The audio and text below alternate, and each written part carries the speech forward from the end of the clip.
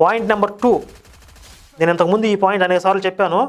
Mother Teresa Bible ప్రకారంగా నరకానికి పోతుంది, ప్రొటెస్టెంట్ బైబిల్ ప్రకారంగా.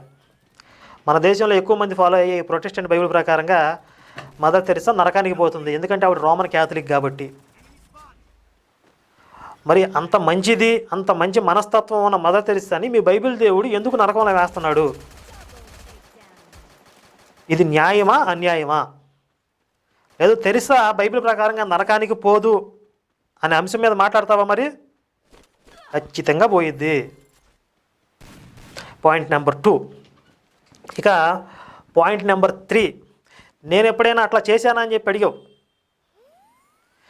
నీకులాగా పబ్లిసిటీ స్టంట్స్ చేయాల్సిన అవసరం మాకు లేదు. మేము చేసే కార్యక్రమాలు మేము చేస్తున్నాం.